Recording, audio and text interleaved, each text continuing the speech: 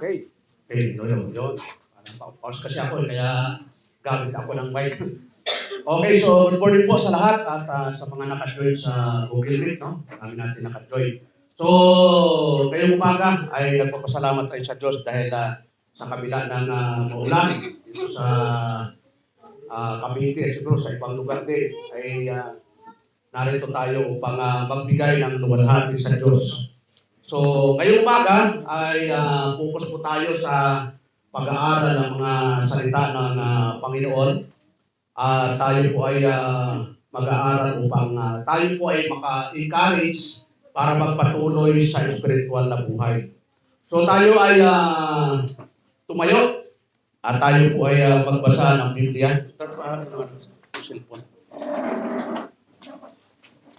Okay po, so dito po sa Book of Philippians. So basahin po natin mga kapatid sa Book of Philippians chapter 4. Basa lang po tayo at kung may Biblia po kayo, yan pa nasa cellphone o nasa literal na Biblia, buksan po natin ang ating Biblia, Philippians chapter 4, verse 5 hanggang 8. So sabi po doon, let your moderation be known unto all men, the Lord is at hand. Be careful for nothing, but in everything, by prayer and supplication with thanksgiving, let your requests be made known unto God. And the peace of God,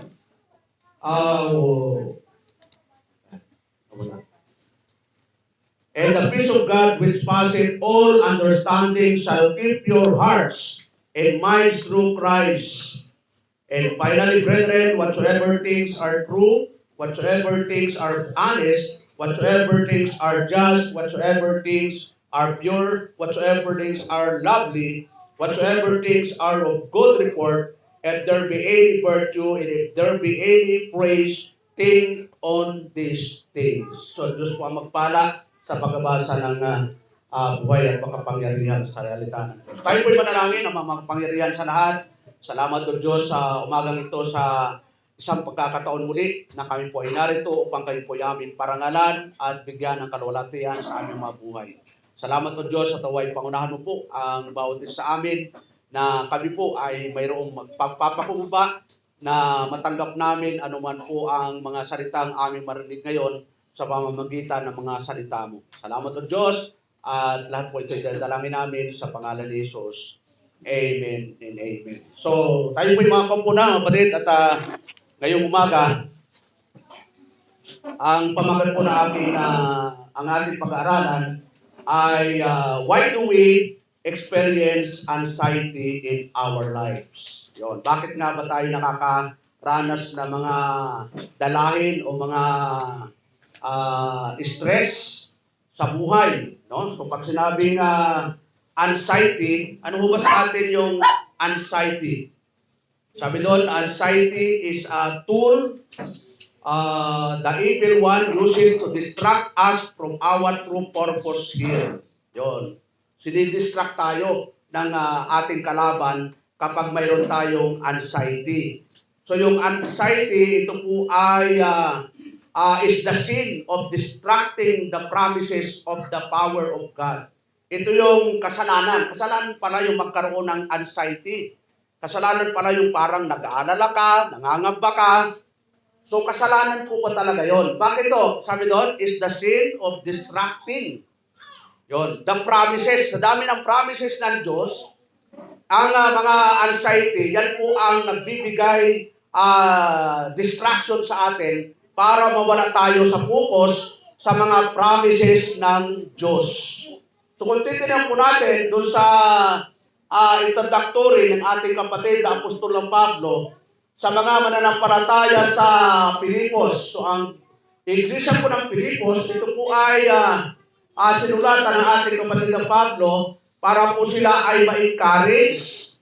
Si Apostol Pablo nung sumulat po sa Pilipos, nasa kulungan po siya. Baliktad po, no? Kung kahit sino po yung nasa kulungan, siya po yung nag-i-encourage. Kaya ba ninyo, mga kapatid? na kayo po ang nakakulong pero pa kayo ang nagsumusulat sa mahal mo sa buhay. Huwag kang mag-alala. Okay lang ako dito sa kulungan. Yun, kaya mo ba yan, Brad? Ikaw na ang nakakulong pero ikaw pa yung nagbibigay encouragement. So ganun po si Apostol Pablo, na kahit siya po ay nakakulong, siya pa rin ang nagbibigay encouragement doon sa mga mananampalataya doon sa Filipos.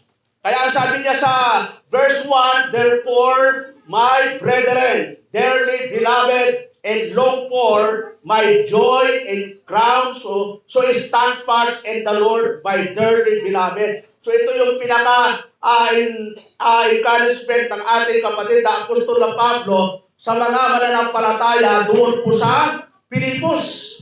Kasi kahit po siya ay nakakaranas ng matinding discouragement, nakakulong po siya, pero hindi ito nakapito sa kanya sa bagkos, siya pa rin po ang ginamit ng Diyos para yung mga mananampalataya doon sa iglesia ng Filipos ay mabigyan ng encouragement. Ang sabi sa Tagalog, "Kaya nga mga kapatid kong minamahal at pinananabikan, aking katuwaan at putong, magsitibay nga kayo sa Panginoon, mga minamahal ko." Yun, mga minamahal. Tsaka mapapansin natin, mga kapatid. So kapatiran na po ang sinusulatan. Bakit ito? Ang salita ng Diyos, hindi po ito sa mga spirituality. Ang salita ng Diyos, ito po ay para sa mga born again, membro ng local church. Kaya sabi niya, "I beseech you just, and beseech Syntyche that they be of the same mind in the Lord." So pag tayo po ay membro ng isang local church, dapat tayo ay iisang pag-iisip natin. Hindi mo kanya-kanyang isip. Dapat ang pag-iisip natin ay pag-iisip na patungkol sa kalooban ng Diyos. Kaya nga di ba doon sa bahagi ito, sabi doon, the same mind. Kung ang isang kapatiran, iba-iba ang isip, hindi tayo magkakasundo talaga eh. Kaya kailangan isang isip natin bilang tayo mga mananampalataya. Kaya nga maraming nag-aaway, di ba, kahit sa church. Kasi iba-iba ang pag-iisip eh. Pero kung isang pag-iisip, sure yun, hindi tayo mag-aaway, hindi tayo magkakagalit, hindi tayo magsasamahan ng loob. Kasi nga, isang pag-iisip natin. Ano yung pag-iisip natin? To glorify God. Kaya mapapansin natin, tingnan natin muna, yung pinaka-introduction lang ito. Sabi doon, I entreat thee also through your fellow help those women which labored with me in the gospel. So si Apostol Pablo may mga katuwang. May mga kasama sa pag-ibanghelyo. Sino po yun? With Clement also, with other my fellow laborers whose names are in the book of life. Yung una, sino po? Si Syntyche. Sino pa? Si Euodias. Tapos dito sa verse 3, si Clement. So mga kasama ni Apostol Pablo sa pagministeryo, mga babae. Hindi naman pinagbawalan ang babae as long na hindi siya mamumuno at magtuturo sa loob ng church. Walang problema. Nung una nga dito, karamihan kong kasama, parang babae. Halos dalawa kaming lalaki lang eh. Ang saya namin. So, ito po, no, sabi ni Apostol Pablo, na ang kanilang pangalan daw, ayan o, nakasulat sa aklat ng buhay. Yun. Alam mo, makita dito pa lang, nalaman ni Apostol Pablo na ang pangalan pala ng mga kasama niya ay nakasulat sa aklat ng buhay. Kailan ba nakasulat sa aklat ng buhay? Before the foundation of the world. So nandun po yung sabi na sa verse 2, dapat mayroong unity, mayroong tinatawag na unity and joy in Christ. Kaya tingnan natin sa verse 4, sabi doon, "Rejoice in the Lord always," and again, say, "Rejoice." Yun, yung unity. Kasi pag walang unity, walang joy. Yun, tinan mo sa bahay, kahit sa bahay, pag walang unity, di ba, distraction, walang kasiyahan, walang kagalakan, puro kasamaan ng loob at ang distraction talaga. Kaya makita natin, maganda yung may unity, the same mind, ano pa, dapat nararamdaman natin yung joy. Kasi tayo, Kristiyano na po eh. One of the fruit of the Holy Spirit is joy. May joy pa ba kayo mga kapatid? Kasi ang joy pwedeng yan. Di ba? Sabi ni kay David, restore unto me the joy of my salvation. So, minsan nawawala yung joy. Paano nawawala yung joy, mga kapatid, kapag ikaw ay Kristiyano? Kapag gumagawa po tayo ng kasalanan. Yun na po, parang si David. Bakit ho nawala yung kanyang joy? Dahil mayroon siyang ginawang kasalanan. Ano yung kasalanan ni David? Di ba? Inanyo si Bathsheba. Kaya anong nangyari? Yun, nagkaroon na, nawala na po siyang gana na maglingkod sa Diyos. So, balikan lang po natin. Nalubat po yung ano. So, Philippians chapter 4, sabi ni Apostol Pablo, rejoice in the Lord always. Yun. Palaging sa Diyos tayo na gagala. Baka ang kagalakan natin, ang kasiyahan na natin, hindi sa Diyos. Baka puro worldly na yan. Baka pagdating sa pagbabasa ng Biblia, parang ano na lang, pahapyaw, ilang chapter, ilang verse na po, mga kapatid. Ilang chapter, ilang verse na lang, pastor. Dati chapter, ngayon verse na lang. So dapat na-enjoy natin yung paglilingkod sa Diyos. Kasi ang isyu nga natin, bakit tayo ay nagkakaroon ng anxiety sa buhay? So di ba ang reason, bakit Dahil nga nawawala na po tayo ng tiwala sa promises of the Lord. Kasi kung may tiwala tayo, hindi mananaig sa atin yung mga stress na yan, yung mga anxiety. Kasi sabi doon, fear and timidity as anxiety, tension, and worry. Fear doesn't come from God. Yun, kaya ganun mo, hindi galing sa Diyos yung takot, yung mga anxiety, yung mga tension na yan. Anxiety is a tool. Yun. Of the devil. Yun. Kasangkapan para ito ng diablo, ng mga demonyo. Once uses to distract us from our true purpose of life. So ano ba yung purpose of life? 1 Corinthians 10:31, ano sabi doon? Whether therefore you eat or drink, or whatsoever you do it for the glory of God. Yun ang pinaka-purpose of life pero pag na-distract ka, pag nagkaroon ka na ng fear, nagkaroon ka na ng anxiety, madidistract ka talaga sa paglilingkod sa Diyos at mawawalan ka na ng gana na maglingkod sa Diyos at doon, hindi mo na maluluwalhati ang Diyos sa mga ginagawa mo. Sapagkat takot ka. Kaya takot kang magamit sa Panginoon. Takot kang magbasa ng Biblia. Takot kang manalangin. Takot ba kayong manalangin, mga kapatid? Takot kayong magbasa. Nandiyan na nga yung Bible sa cellphone. Hawak, ang dami na nga Bible natin pinamigay. Nasa na? Pero minsan, parang hindi na natin nabibigyan ng pansin. Kasi ang dami nating distraction. Kaya minsan, pumapasok yung anxiety, yung fear, yung timidity, yung tension, yung worry. Dahil napapabayaan na po natin yung prioridad natin. Nawawala na po yung enjoyment natin sa paglilingkod sa Diyos. So, anxiety, disorder are the most common of mental disorder. Gano'n po yan, mga kapatid. Na may nakaranas na ba kayo, mga kapatid, na magkaroon ka ng anxiety? Ito pala ay ang common na lang pala ito. At sa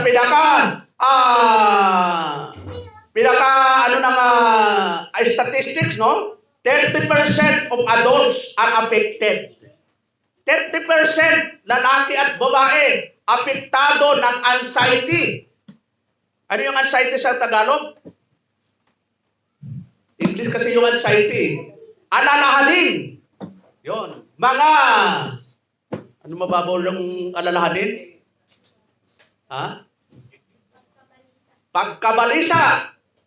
Yon, yung mga anxiety. Ang daming kinababalasaan natin. So, 30% po nun. At sabi doon sa survey, 37.1 ang nagkakaroon ng anxiety ay mga babae. Yun, mga babae. So ano bang pinagkaka-anxiety nyo, mga women? Pastor, lalaki. Yun. Mga lalaki, anong pinag-anxiety nyo? 29% ng lalaki, adult to, ay nagkakaroon ng anxiety. Adults. At number 1 ho na resulta ng anxiety because of breaking. Yon, paghihiwalay. Lalaki man at babae ay nagkakaroon ng anxiety. Tapos sa teenager, ito, matindi ito sa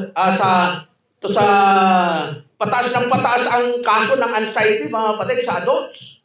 Dati, noong 2015, 21.8% lang sa babae. At sa lalaki, 18.3%. Pero ngayong latest, 37.1%. Bakit ito kaya nagkaganon, no? Palala ng palala. Ang sabi nga ng pinaka-eksperto, ang anxiety ay pandemic na. Di ba nakaranas tayo ng pandemic? Ano yung pandemic? Noong 2019, yung COVID-19. Pero yung anxiety, mula pa noon, panahon pa ng Old Testament hanggang sa ating kapanahon, ay pandemic na pa itong anxiety. At ito po ay palaki ng palaki. O tingnan natin, how many teenagers suffer anxiety? O, mga teenager naman, kanina adults. O tingnan niyo mga anak niyo, mga kapatid, baka mga baysay na po yan na nagkakaroon na po siya ng anxiety. So age 13. Yun, 13 pa lang, nagkakaroon na siyang anxiety, 8%. Pero ang pinakamataas pa na, 18 and above. Age 15 and above, ng teenager, nagkakaroon ng kabalisahan, 18%. At ang number 1 dahilan ay dahil din sa pag-ibig. Alam mo yan, binata at dalaga, nagkakaroon ng heart breakdown dahil sa pag-ibig. O sinong 13 na ngayon? 13. Sinong 13? Pataas na. Taas ang kamay. 13 na mga walang pang asawa. 13. 13, pataas. Alam mo yun, may anxiety. Dahil sa number 1 ay yung pag-ibig na walang dangan. Kaya maganda, habang nag-aaral, focus muna sa pag-aaral. Kasi hindi mo alam, nanliligaw sa'yo, may niligawan din sa Belmont, may niligawan din sa Belvedere. Pang ilan ka nang niligawan. Nung malaman mo, gusto mo nang mag-suicide. Yon. So mamaya pa yung solusyon. Inaano lang natin, ito yung mga survey. O dito lang ang tingin, mga batahan, bumbo na nga, Sabi doon, is anxiety cured? So natural, nakukured daw ba ang anxiety? Sa natural. Number 1, pang-cure dyan daw yan, ay exposure therapy. Yon. Kasi pag ikaw ay anxiety, ang gusto mo ay ano ang resulta pag ikaw may anxiety? Hihiwalay ka sa karamihan. Gusto mo magsulo na lang. Gusto mo na mamuntok.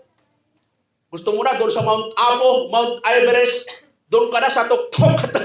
Tutotalon ka doon. Anong tawag doon? Dumidistansya ka na sa mga tao. Yon. Sinisiparate mo na ang sarili mo sa mga tao. Yan ang may mga anxiety. Kaya ang maganda doon, bilang tayo ay Kristiyano, exposure sa mga kapatiran, palaging may kausap. Yon. Kung mga anak mo parang gusto na magsulong, may sign na po yan na meron siya ng pong anxiety, family anxiety, o baka dahil sa sobrang pag-aaral, gusto makahabol sa top 1, top 2, top 3, top 4. Talagang gustong hindi na natutulong, puro aral. Anxiety din po yun. At tapos yung kawalan ng pera, nagkakaroon din ng anxiety. Yung wala kang pambayad sa bill. Nandiyan na si Judith. Ako, ano kaya?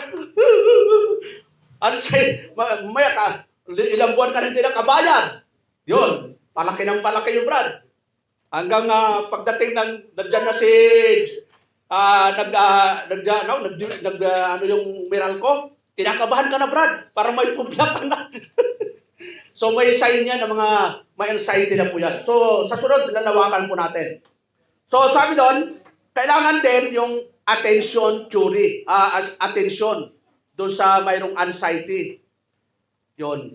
Pero number 1 talaga na mag-cure daw doon, siyempre yung sarili, magpasabit sa Panginoon, at mag-fellowship sa mga kapatiran. Yun ang pinaka-importante.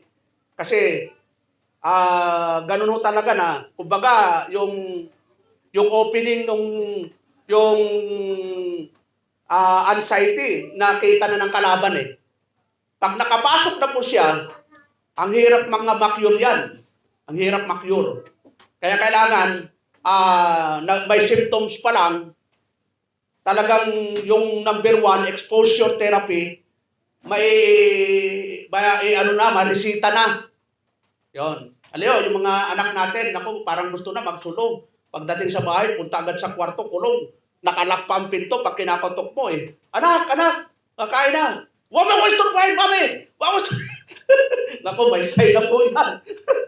Tawa si Lelek, bakit Lek? May sign na ka na ba, Lek? Malapit na raw. So, health anxiety is very common in the world. At sa 20 tao, isa doon may anxiety. O bilang tayo dito mga kapatid? Ilan tayo dito? Ilan tayo dito? Sa 20 may anxiety. Sa 20 may isa doon may anxiety. At dawa, hindi ikaw yun, Brad. Tawa si Brad. Hindi naman ikaw, Brother Ariel. Kasi doon sa survey, sa mga kabataan, 50%. Sa mga kababaihan, 15% yung 15 and above. Sa mga 13 years old, 8%. Sa mga adults, 37% sa mga babae. 29% sa mga lalaki. So pare-parehas, lalaki at babae, nakakaroon ng anxiety. Kaya talagang, ito makita natin mamaya. So God is a source of hope. So wag tayong umasa sa tao. Huwag tayong umasa sa material. Huwag tayong umasa kaninuman. Sapagkat kung aasa tayo sa mga yan at mawala sa atin, maa-anxiety ka talaga. Mawawala ka na sa focus sa paglilingkod. So, tingnan natin ang Psalms 39, mga kapatid. Psalms 39. Buksan po natin ating mga Bible, mga kapatid. Psalms 39, verse 7. Ano po yung sabi ng psalmist? 39, verse 7. Sabi po dito, sa 39, verse 7, He scorned the multitude of the city, neither regarded he the crying of the driver. Yun. So, talagang ang Diyos po nagbabantay sa kabuuan, siyempre sa Old Testament. Ang context po nito ay talagang yung gagabay ng Diyos. So, dito rin po sa 119 verse 114. Yun, basa lang po tayo ng mga verses, mga kapatid. 119. Pinakamahabang chapter po ito, 119 ng Psalms. 119 verse 1, 114. Ang sabi po dito, mga kapatid, sa 114, Thou art my hiding place and my shield. I hope in thy word. Siya yung ating shield. Siya po yung ating pag-asa. Dito sa mundo, talagang wala tayong pag-asa dito kasi pagdating ng Panginoon, mawawala lahat yan. So, punta tayo doon sa pinaka-solusyon ng biblical truth, mga kapatid. Dito sa Philippians chapter 4, simulan natin sa verse 5. Verse 5. Sabi doon sa verse 5, Let your moderation be known unto all men. The Lord is at hand. Yun. Malapit na ang Diyos, mga kapatid. Ano mo ba inaalala natin? Matatapos na madalahan. Yung mga pangailangan natin, pagdating ng Panginoon, wala na yan. I-focus na po natin yung paglilingkod natin sa Diyos, anuman ang mangyari sa kapaligiran. Tulad ngayon, gira sa Israel. Tapos Iraq, nagpapaulan ng Iraq ng 100 at 200 missiles, no? Pag ikaw nandun sa Israel, ano kayang mararamdaman mo?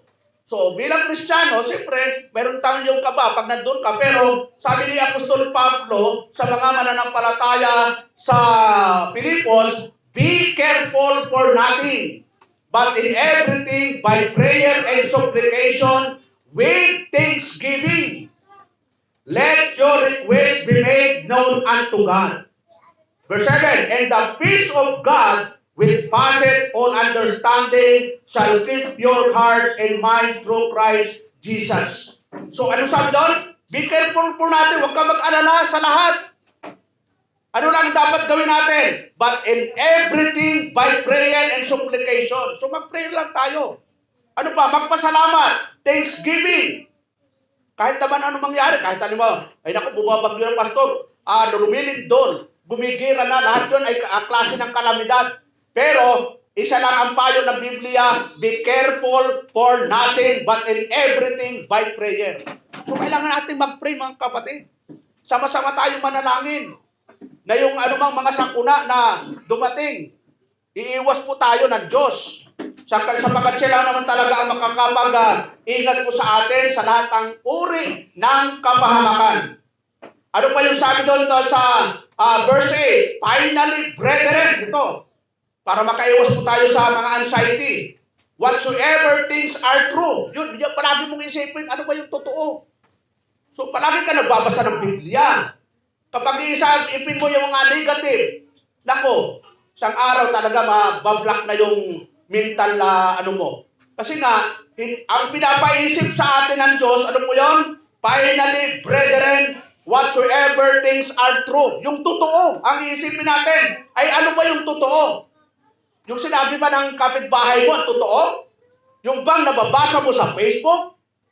Yung bang nakarating sa iyo? Ang totoo ay ang salita ng Diyos. Kaya ang sabi ng ating Panginoon, John chapter 7 verse 17, tinan po natin mga kapatid. Ang totoo ay yung salita ng Diyos. Ito po yung totoo. Kaya yun ang iisipin natin. Kaya ang sabi ng ating Panginoon Kristo, John 7:17. Ano sabi niya?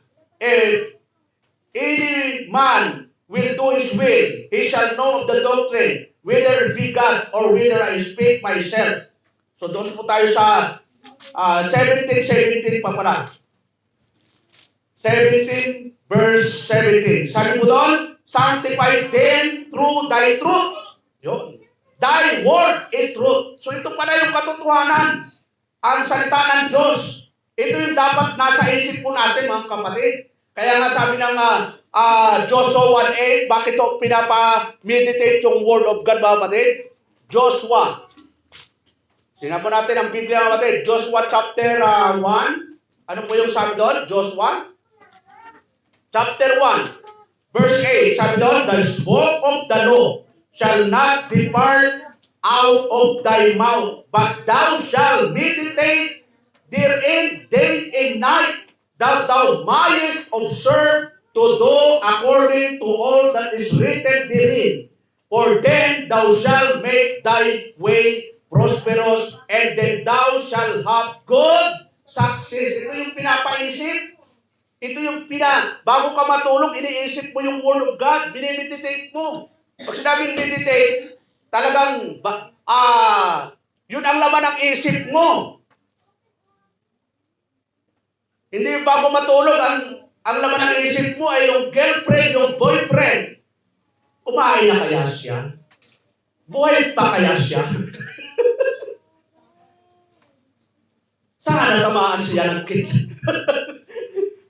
Bago matulog, yun ang iniisip mo. Samantalang sabi ng Bible, ang i-meditate natin ay yung salita ng Diyos. Kaya bago matulog, nagbabasa ng Bible. Nagbabasa ba kayo ng Bible, mga kapatid, bago matulog? O taas ang kamay, lahat ang nagbabasa bago matulog. Sino ang nag-Netflix bago matulog? Facebook bago matulog. Nagturuan na tuloy. So hindi naman masama yan kung ang pinapanood nyo ay okay. Pero bago matulog, mag-pray, magbasa ng Bible para hindi kayo atakihin ng kalaban. Kasi pag ang laman ng isip nyo puro negative, dyan na yung kasangkapan ng diablo para yung utak nyo ay talagang mapasok niya. Kaya pag ang laman ng isip nyo, nanalangin kayo, nagbasa kayo ng Bible bago matulog, abay, wala akong makakapenetrate sa inyo yan. So ano ba? Sabi ni Joshua, ng Diyos kay Joshua, sabi doon, for then thou shalt make thy way prosperous, and then thou shalt have good success. Yun ang sekreto. Tinanong po natin ang Psalms mga kapatid. Psalms chapter 1 verse 2. Tignan natin yung Psalms chapter 1 verse 2. Anong sabi ng ating ng psalmist? Verse 1 at chapter 1 verse 2. But his delight is in the law of the Lord, and his law that he meditate day and night. Yun, walang sinasabi sa mga Kristiyano na pag natulog, ang isipin mo, problema. Hindi sinabi ng Biblia na kapag natulog, ang isipin mo, yung kakainin mo bukas, ang trabaho mo bukas, ang assignment mo bukas. Ang dami natutulog, ang dami problema bago matulog. Dapat ang bago matulog, sabi doon, but his meditate day and night. Pagkagising pa nga lang bago matulog. Sa araw, gabi. Ang iniisip mo palagi, salita ng Diyos. Bayaan mo yung problema, alam ng Diyos na may problema ka. Kahit mo nga i-share sa akin yung problema, sasabihin ko lang, mag-pray lang tayo, brother. Mag-pray lang tayo, sister. Pero anong sabi ng Diyos? Casting all your cares upon Him, and He careth for you. So, wala naman tao walang problema. Alam ng Diyos na lahat ng tao may problema. Kaya nga sinasabi niyo ng Panginoon, ni Apostol Pedro, ipagkatiwala natin sa Diyos ang lahat ng ating kabalisahan. At ano ang gagawin niya? At siya, ang magtutulong sa atin. He careth for you. He careth sa ating mga Kristiyano, mananampalataya. Tapos ano po yung sabi dito? Sa 1 Peter, tingnan natin yung 1 Peter. Yun ba? Basa-basa lang po tayo mga kapatid. 1 Peter chapter 5. Yun, yung ating binasa kanina. Pero maganda po yung bago yun. Sabi doon sa verse 6, humble yourself therefore unto the mighty hand of God. Anong gagawin natin mga kapatid bago tayo mag-pray? Humble yourself therefore under the mighty hand of God. Para that He may exalt you in due time. Tapos sabi doon, casting all your care. So walang ititira. Casting all your care. Walang ititira. All minsan, ang ibinibigay lang sa atin, sa Diyos kalahati muna Lord, parang ginawa mong, anong tawag doon? Hulugan. Ginawa mong hulugan ang Diyos sa mga problema mo. Ang sinabi ng Diyos na ipagkatiwala lahat ng mga kabalisahan sa Kanya. Ibig sabihin, pag pinagkatiwala na natin sa Diyos, wala ka ng problema. Ipinagkatiwala mo na sa Diyos, magiging relax ka na. Ang dami nagpipray sa Diyos. Nagpray na po ako, pastor, pero pag nakausap mo, dami kong problema, pastor. Kala mo nagpray ka sa Diyos? Ibinigay mo na sa Diyos? Bakit nung nagpray ka ba? Binawi mo ulit? Kapag nagpray ka na, ibinigay mo na, wala na sa'yo. Problema na ng Diyos. Ang problema mo na lang kung paano sumunod sa Diyos. Yun na lang problema natin. Kita mo natin, sabi ng ating Panginoon, Matthew 6:33. Kaya tayo ng problema, nawawala na po tayo ng tiwala sa Diyos. Ang daming promises ng Diyos Tingnan natin, ito yung talagang pinaka-keyword ng lahat. Anong sabi ng ating Panginoon sa Matthew 6:33? Sabi po niya sa 33, but seek you first the kingdom of God. Yun lang ang sekreto. Wala nang iba. Kumbaga sa bahay, hawak mo ang susi, nasa labas ka. Ang sekreto para makapasok ka, susian mo. Ay kahit hawak mo yun, kung ayaw mong gamitin, iwasakin mo yung pinto, masuhin mo, gibain mo yung bahay mo para makapasok ka. Marami ngayon, alam na yung susi sa lahat ng bagay pero hindi ginagamit. Ginagamit pa rin yung sariling kapasyahan, sariling kakayanan, sariling pag-iisip. Binibigay na nga ng Diyos yung sikreto eh. Kumbaga sa pag-aaral eh. O mga bata, ang exam natin sa Monday ay about history. Oh, binibigay na nga ng ang tawag doon bago mag-exam, pointers. Oh. Who discovered Philippines? O sabi ni teacher, Magellan. Oh, binibigay na yung sagot. Who killed Magellan? Lapu-Lapu. Who killed Lapu-Lapu? Kusinero.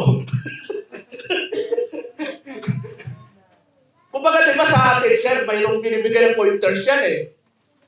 Napapatawa tayo dahil sa kusinero Pero realidad, binibigay na tayo para makapasa ng teacher. Ay tayo naman, babasahin mo lang yung sagot, nandun na, binigay. Ikaw na, pagdating na exam, ilan ang nakuha mo? Wala eh. Ang hirap ng exam. Ang hirap, binigay naman ng teacher yung pointers. Mahirap pa? Bakit naging mahirap ang exam? Hindi ka kasi nag-aral. Yon. Ay bakit may maraming Kristiyano bagsak sa spiritual? Hindi kasi ginagamit yung susig ibinigay ng Diyos. Ano yun? But seek you first the kingdom of God and His righteousness. Bago yung sabi ng Panginoon sa kaduluduluhan, and all, galang mo all, these things, ano nga all these things na yun? Shall be added unto you. Hindi mo na kailangang magmakaawa sa Diyos. Hindi ka na kailangan maglumuhod mula dito hanggang Baclaran. Lord, patawad. Yun lang ang susi, magpakasaya ka. Di ba? Yun nakalagay ka doon sa dati nating doon sa harap, di ba? Anong nakalagay doon kung sa unong panyo? Ilang taon nating nakikita yun. Anong nakalagay doon sa Psalm 37 verse 4? Delight. Ano yung delight? Anong i-delight mo?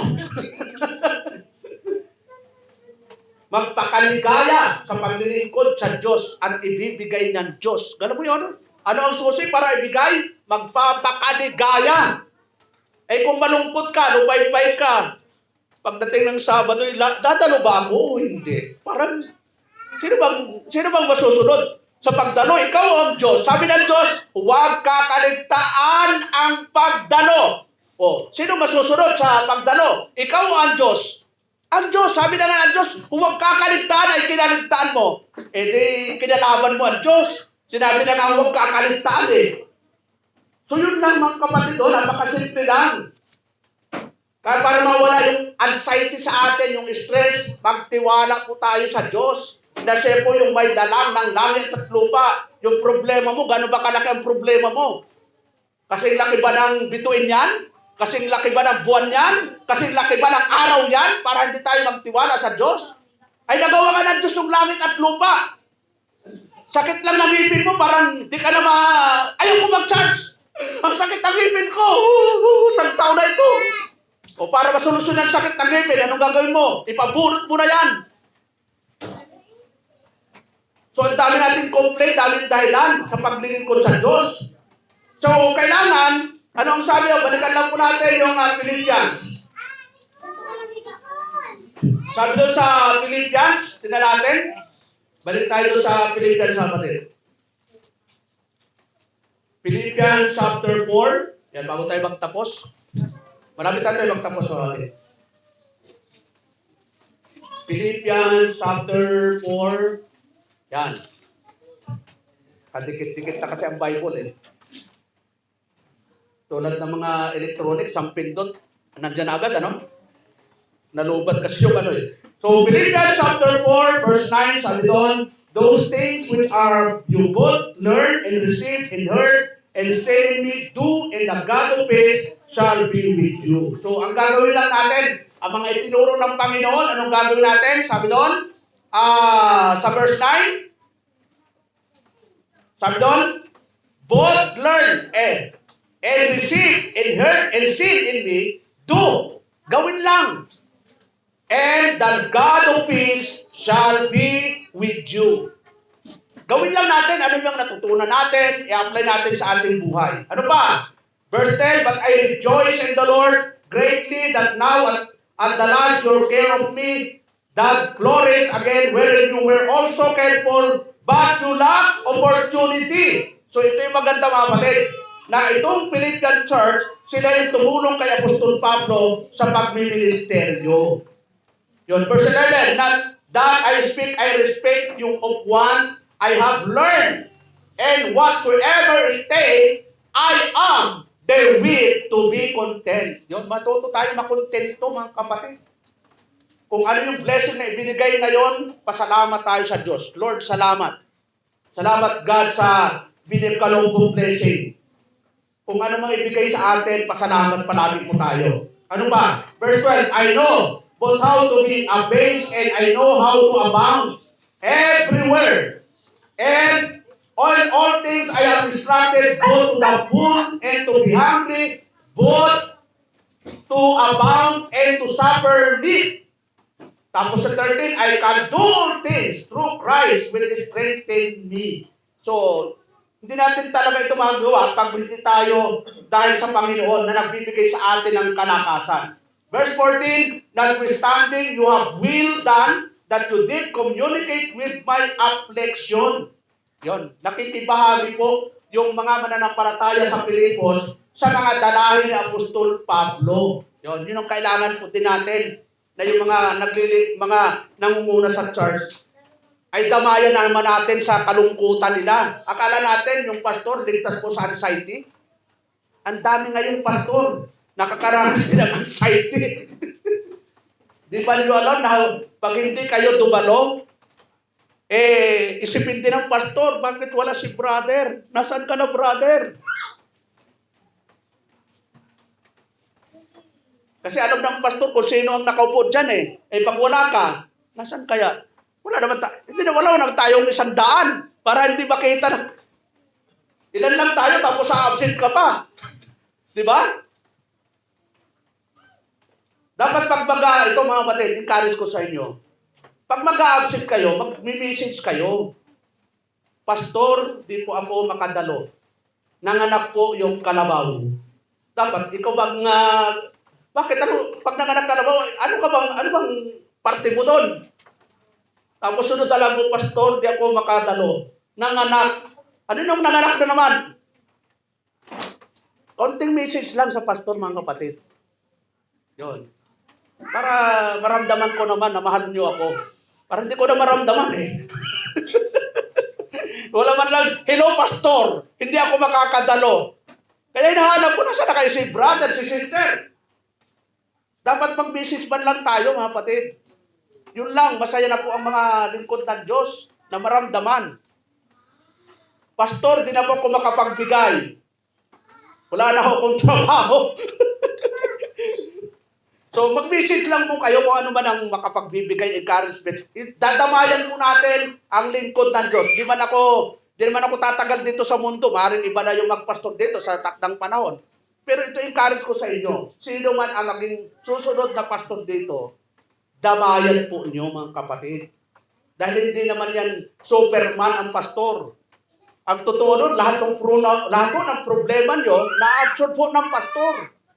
Mabuti nga kayo, ang problema nyo, sarili lang nyo. Ay pag nakausap ko si Brother Ariel, pastor, talagang problema. Ay di problema na rin ng pastor yon. Kaya nga tayo, magdamayan sa isa't isa. Ipag-pray nyo po ang pastor nyo, pinag-pray ko po kayo. So magdamayan po tayo. Dahil yun po yung tinatawag na same mind at may kagalakan po tayo sa paglilingkod sa Panginoon. Ano pa? Sabi doon, now you Philippians know also that in the beginning of the gospel, when I departed from Macedonia, no church communicated with me as concerning giving and receiving, but you only. Ito, maganda sa Philippian, no? Kapag mayroong gawain si Apostol Pablo sa ministeryo, ito lang iglesia tumutulong sa kanya. Sila yung nagpapadala, sila nagpapadala para may magamit si Apostol Pablo. Nawa mga kapatid dito na pag nabalitaan nyo, yung pastor nyo, paalis na po si pastor, papunta hong Canada. Yon, pastor, ito po pang lollipop. Yon, makabili man ng lollipop mula dito hanggang airport. Di ba? O pastor, pang hamburger bago ka mag-flight papuntang New York. Yon, New York doon sa Alabang. Sa New York sa Alabang. O mayroon ding Saudi. O Saudi Alabang. So, ibig sabihin, pag mayroon tayong respeto sa lingkod ng Diyos, ganun po, no? Kasi sa oras ng may problema tayo, siyempre sino ang nilalapitan natin mga kapatid? Siyempre, una, ang Diyos. Pangalawa, yung lingkod ng Diyos na makapagbibigay sa atin ng payo. Hindi man magpapayo sa ilan para kasasama mo. At dami humingi ng payo, pag binigyan ng payo ng pastor, naku, ano ba yung payo? Ayaw ko na dyan kay pastor. Nalayasan ko na ikaw. Humingi ng payo pero naging masama pa ang pastor. Ano ba yan mga kapatid, no? Marami humingi ng payo sa pastor, sa kaduluduluhan yung pastor pa ang masama. Parang minasama pa yung payo. Hindi mo magpapayo ang pastor sa ikasasama nung humingi ng payo. Yon. So, ano pa? Sabi doon, for even in Thessalonica, you sent once and again unto my necessity, not because I desire a gift, but I desire full that may abound to your account. But have I all and abound, I am full, having received of Epaphroditus the things which were sent from you in order of a sweet smell and sacrifice acceptable, well-pleasing of God.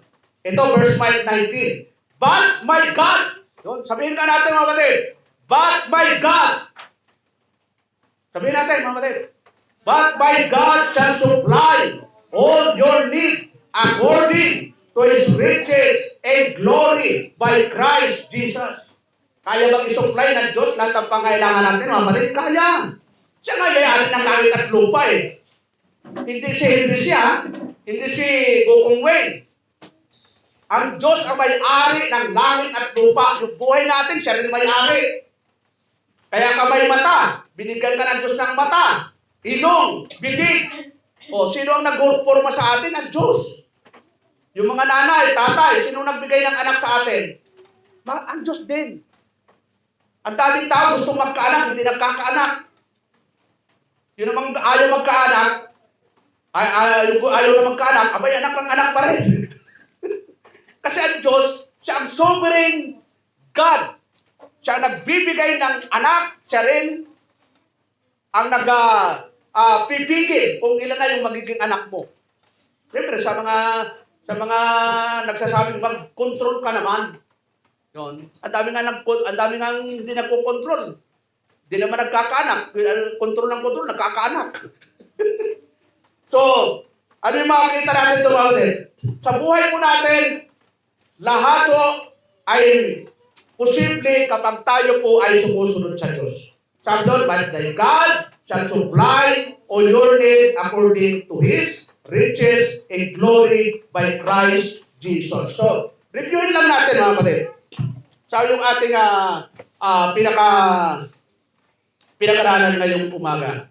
So, ang pinaka-issue po kasi dito mga kapatid, why do we experience anxiety in our lives? Yun ang pinaka-tema natin. Dahil nga po, nawawala na po tayo ng tiwala sa Diyos. Kaya, palagi mo nang iniisip yung problema. Parang ang problema na yun, yung pinapanginoon mo na. Samantalang sabi ng Panginoon sa Matthew 11:28 hanggang 30, come unto me, all you that labor and heavy laden, and I will give you rest. Sa Diyos ko tayo lalapit, hindi sa kanino man. Sa tao, iwanan ka. Sa pera, mawawala yan. Trabaho, pwede ka mawalan trabaho. Pero ang Diyos, kailanman, sabi niya, hindi ko kayo iiwanan, hindi ko kayo pababayaan. Yan po sabi ng Diyos, mga kapatid. Kaya importante, patuloy lang tayo na magtiwala sa Diyos. Ang sabi doon, steadfast in the Lord. Yun, number 1. Number 2, to unity and joy in Christ. Number 3, freedom from anxiety. Yun, sinabi na nga ni Apostol Pablo, mag-pray tayo, ipagkatiwala sa Diyos.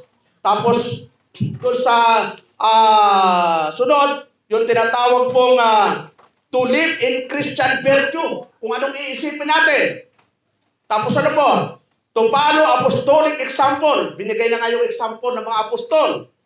Tapos ano pa? Yung tinatawag na good example na Apostol Pablo sa suffering. Si Apostol Pablo, napakahirap po yung nangyari. Kung magkaroon po siya ng anxiety, sa kulungan, hinagupit siya, tinorture, baka mahigit pa sa kung talagang i-exipin yung nangyari sa kanya. Hindi lang mental, lahat kabuuan, mabablock po sa kanya. Pero dahil mataas yung tiwala niya sa Diyos, hindi siya nagkaroon ng anxiety. Kaya taasan po natin yung tiwala sa Diyos, mga kapatid. Para anumang sitwasyon ang mangyari sa atin, hindi tayo maapektuhan. Bakit to? Mataas yung tiwala natin sa Diyos eh. Sabi doon sa verse 11:13, false content and state, yung kakontentuhan. At syempre yung sinasabi dito sa yung binilagay po natin na steadfast in the Lord. Magpatuloy na. Kung nadapa, anong gagawin pag nadapa? O mga bata, pag nadapa, anong gagawin? Pagpapakadapa pa rin? Pagpapakalubo? So pag nadapa, babangon. Para bang laban ka ng marathon. Dapa, bangon, takbo. Oh.